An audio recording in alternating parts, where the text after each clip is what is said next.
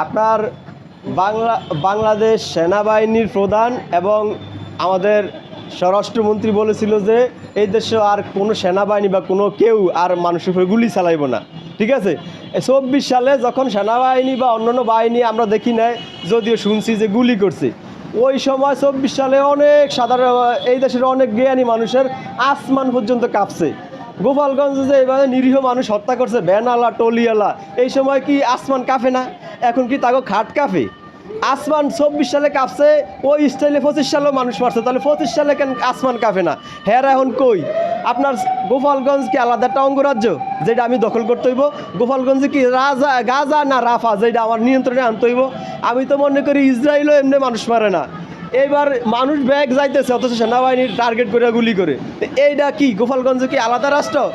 আর এই যে আপনারা মনে চাইলি লং মার্চ ঘোষণা করেন, আপনার এই যে ইনকেলাব মঞ্চের হাদি, ব্যারিস্টার ফুয়াদ, বিপিনুর, এরাও মনে করলে লং মার্চ গোপালগঞ্জ ঘোষণা করে। এরা মরলে কান দুই না মানুষ আনতে হবে হাওলাত করিয়া, আর হেয়ারাও লং মার্চ ঘোষণা করে।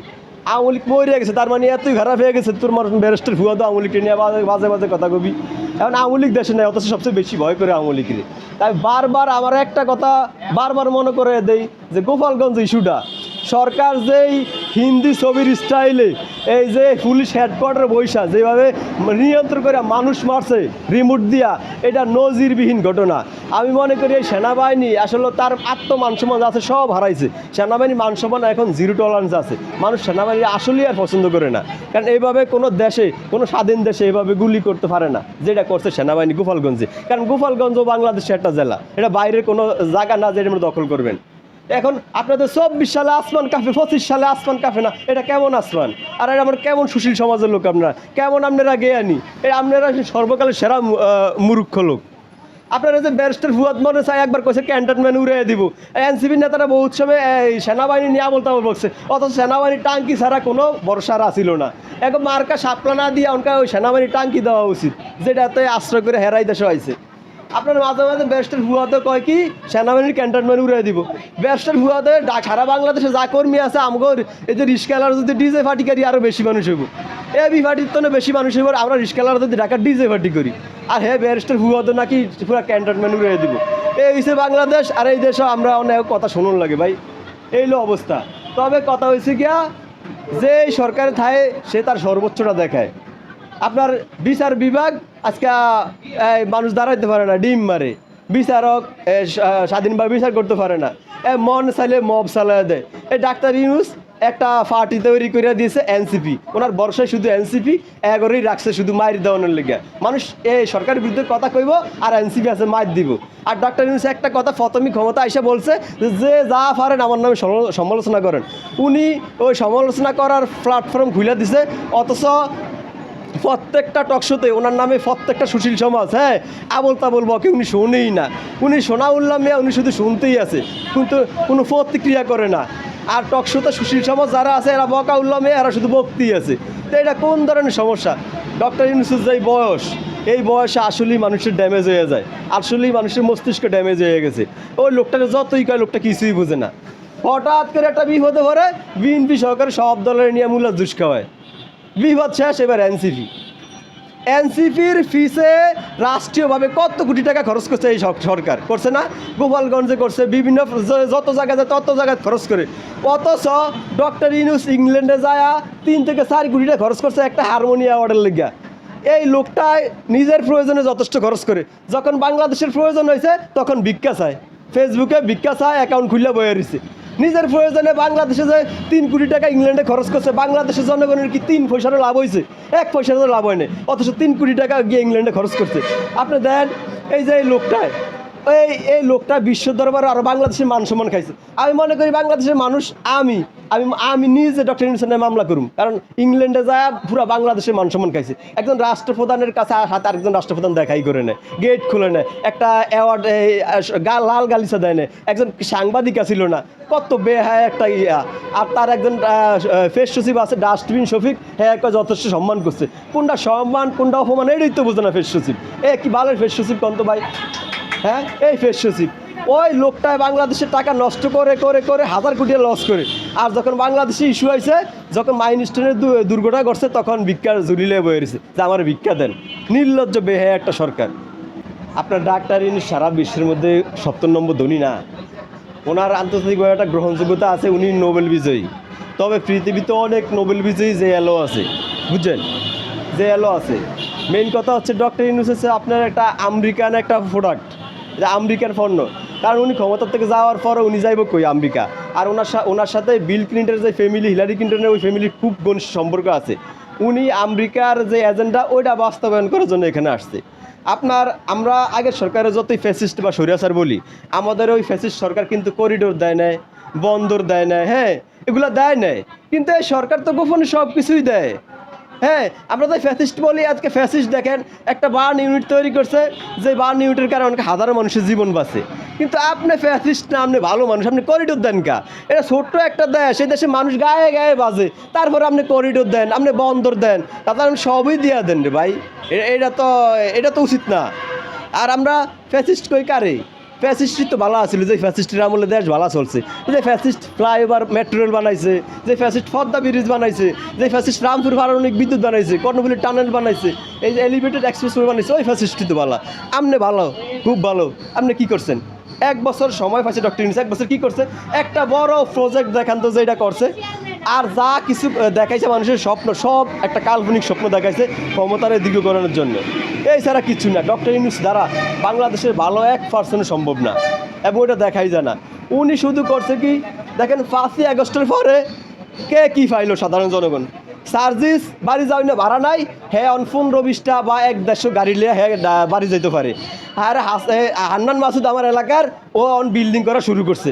কিন্তু সাধারণ জনগণ আমি কে কী পাইছি? কিছুই পাই না। তা আমরা কী পাইছি? কিছুই তো না। তাই সরকার তো শুধু এনসিপির সরকার, অগরে প্রতিষ্ঠিত করার জন্যই এই সরকার আছে। ওরা প্রতিষ্ঠিত হয়ে যাইব, এই সরকার কবে সংস্কার শেষ। সংস্কার বলতেই এনসিপি নেতাকে প্রতিষ্ঠিত, এই ছাড়া আর কিছুই না। বাংলাদেশে একটা বিমান বিধ্বস্ত হয়েছে, আমি মনে করি এটা একটা আন্তর্জাতিক ষড়যন্ত্র। চীন আর আমেরিকার যে বাণিজ্য যুদ্ধ, এই বাণিজ্য যুদ্ধের কবলে পড়ছে বাংলাদেশ। আপনার চীনের বিমান যদি ব্লাস্ট হয়, সবচেয়ে বেশি লাভবান হয় আমেরিকা বিশ্ববাজারে তার অস্ত্র রপ্তানি করতে সুবিধা হয়। আমাদের এই সরকারের উপর যখন আমেরিকা 35% শুল্ক কর নির্ধারণ করছে, তখন আমাদের সরকার বলছে আমেরিকার সাথে মানে অনেক বিষয়ে আলোচনার বিষয় আছে। বাণিজ্য উপদেষ্টা বলছে এই বিষয়ে সাধারণ মানুষের জানানো যাইব না যে কী আলোচনা হয়েছে। তা আমি মনে করি এইটাও তো একটা আলোচনা হইতে পারে আমেরিকার সাথে। কারণ আমেরিকা পৃথিবীতে ডলার দিয়া পুরা পৃথিবী নিয়ন্ত্রণ করে, আর একটা দেশের সাথে আরেকটা দেশের গিট্টু লাগায়, তারা অস্ত্র ব্যবসা করে। এটা হচ্ছে আমেরিকার কাজ। এখন আমাদের এই সরকারের যারা উপদেষ্টা আছে বেশিরভাগই আমেরিকাপন্থী, তারা তো এই কাজটা করলেও করতে পারে। এই যে ডাক্তার মোহাম্মদ ইউনূস, তিনি এই দেশের রাষ্ট্রপ্রধান, 17 কোটি মানুষের প্রধান উনি। অথচ যমুনাতে এইরকমভাবে উনি আসে, যেরকম উনি আজকে নতুন বিয়ে করছে বা আজকে ওনার বাসরঘর, এই সব একটা অবস্থা। যে দেশের রাষ্ট্রপ্রধানের এই অবস্থা, ওই দেশের জনগণের কী অবস্থা এবার ভাবেন তো। ওই মাইলস্টোন স্কুল কলেজের পাশে 1 লিটার পানির দাম আছিল 600 টাকা। এইবার বোঝেন যেমন সরকার হেমন তার হয়েছে দেশের সাধারণ জনগণ। এখন আমি মনে করি সবই একটা সাজানো প্ল্যান, নয়তো এই দেশের এই খারাপ অবস্থা একটা সীমার যে তারও চোখ দিয়ে পানি পড়ে। আর আমাদের প্রধান উপদেষ্টা কি সুন্দর আসে আর জুস খায়। আসলে একটা আমি মনে করি এটা একটা আসলে মানে বুঝদা শুনেই ঘটনাটা ঘটছে। আপনার এই সরকার যতবারই বিপদে পড়ে, প্রত্যেকটা রাজনৈতিক দলের নিয়ে বৈঠক করে। যখন বিপদ উদ্ধার হয় তখন এনসিপি। আপনার এনসিপি ছাড়া এই সরকার কিচ্ছুই বোঝে না। আপনার এই এনসিপির সারা বাংলাদেশে যত নেতাকর্মী আছে, আমার মনে হয় পরিমণি স্বামীর সংখ্যা আরও বেশি। আর ওই এনসিপি ছাড়া এই বাংলাদেশের প্রধান উপদেষ্টা কিচ্ছুই কল্পনা করতে পারে না। আপনি সারা বাংলাদেশে এনসিপির যত নেতাকর্মী আছে, আমার লক্ষ্মীপুরের থানাতে আওয়ামী লীগের নামে এর চেয়ে বেশি মামলা আছে। আর ওই বাংলাদেশ সেনাবাহিনী, এই বাংলাদেশ সেনাবাহিনী আসিল বাংলাদেশের মানুষের আস্থার প্রতীক। আর ওই সেনাবাহিনী অন এনসিপি নামক একটা দলের বডিগার্ড। আপনার আমারটা খাইবেন, বাংলাদেশের মানুষের খাইবেন, কিন্তু আপনি একটা পার্সনের দল এনসিপি, ওইটার বডিগার্ড হইবেন, এটা তো হইতে পারে না। এনসিপির তো সার্জিস হাসনাত এর হইল নেতা, আর সেনাবাহিনী পুলিশ এর হইল কর্মী। এই ছাড়া এনসিপির আর কিচ্ছুই নাই। এনসিপির কোনো বিকল্প কোনো পথ আছে? এনসিপির আকাশ চুম্বি জনপ্রিয়তা, এখন তারা ট্যাঙ্কের মধ্যে লুকাইতে হয়। তাইলে এবার ভাবেন তো ডক্টর ইউনূস যাইলে তাকে কী অবস্থা হইব? আরে ডক্টর ইউনূস যাইলে যদি বিএনপি রাষ্ট্র ক্ষমতায় আসে, বিএনপি যদি প্রোটোকল না দেয়, তাহলে তো আওয়ামী লীগ এগারো এক একটা লাত্তি দিয়ে আটলান্টিকের অফার ফাটাইবো আপনার বিমান ছাড়া। এই যে এনসিপির ভবিষ্যৎ। আর সরকার সবচেয়ে বেশি মূল্য দেয় কারে? ওই এনসিপি নামে ওই দলটারে। তো এবার বোঝেন, বাংলাদেশ সেনাবাহিনীরে আমরা বারবার ধিক্কার জানাই যে সেনাবাহিনী আসলে সাধারণ জনগণের বাহিনী, আগে আসছিল এখন নাই, এখন তারা শুধু এনসিমিক নামে যে দলটা আছে ওটার বডিগার্ড। তা আমরা আসলেই বারে বারে ধিক্কার জানাই। আর আমি একটা কথা স্পষ্ট করে কই, যেমন আপনার দুনিয়াতে এমন কোনো রাত নাই যে যেই রাতে সকাল হয় না। এই যে আওয়ামী লীগের ভাগ্য আকাশে যে কালো মেঘ, এটা খুব তাড়াতাড়ি যাইব এবং খুব শীঘ্রই নতুন সূর্য উদয় হবে। কারণ হচ্ছে গিয়া কি হয়, আওয়ামী লীগের যে জনপ্রিয়তা এটা কিন্তু দিন দিন 4G স্পিডে বাড়ে। আর এইটাই হচ্ছে আওয়ামী লীগের সফলতা। আপনার এই একটা কথা তো সবাই জানেন যে সূর্যের মতো জ্বলতে হলে প্রথমে সূর্যের মতো নিজেকে ফোরাতে হয়। আমরা না হয় শেখ হাসিনার জন্য, বাংলাদেশের মুক্তিযুদ্ধের জন্য একটু বেশি পরিশ্রম করুন, এই তো, এটার বেশি তো আর কিছু নাই। আপনার আওয়ামী লীগের সব সময় একটা অদৃশ্য শক্তি থাকে, যারা 80% এই দেশের খেটে খাওয়া সাধারণ মানুষ, যারা কোনো স্বার্থ ছাড়াই নৌকা মার্কারে ভোট দেয়। এই জন্যই শেখ হাসিনা এই দেশে কাম ব্যাক করবো এবং খুব তাড়াতাড়ি।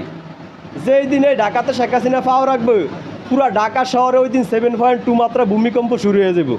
কারণ ওইটাই হচ্ছে শেখ হাসিনা জনপ্রিয়তা। ওই দিন ঢাকার মানুষ দেখবো যে জনপ্রিয়তা কারে কয়।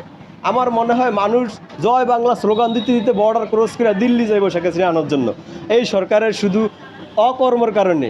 আপনার মানুষ মরছে, বিমান বিধ্বস্ত, এটা হচ্ছে ন্যাচারাল বিষয়, এখানে লাশ গুজানোর কি আছে?